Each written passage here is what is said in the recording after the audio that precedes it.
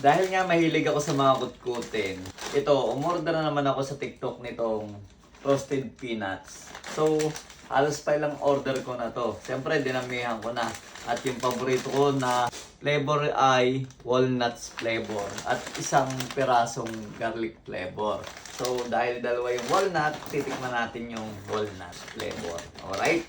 Ito kasi, madaming flavor na pwedeng pagpilian. Pero, siyempre, walnut flavor yung ating favorite. Kaya ito yung in-order natin na 2 peraso. So, ganyan na itsura niya kapag binilatan nyo.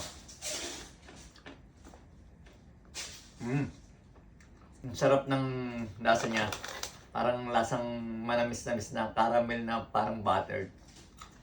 So, hindi ko na kayo inggitin kasi once na mabuksan nyo to, parang hindi nyo natitigilan habang hindi ubos yung isang pack. Kaya naman, umorder ako ng 3 peraso. Sa mga gustong umorder at gustong matikman, nasa Yellow Basket lang.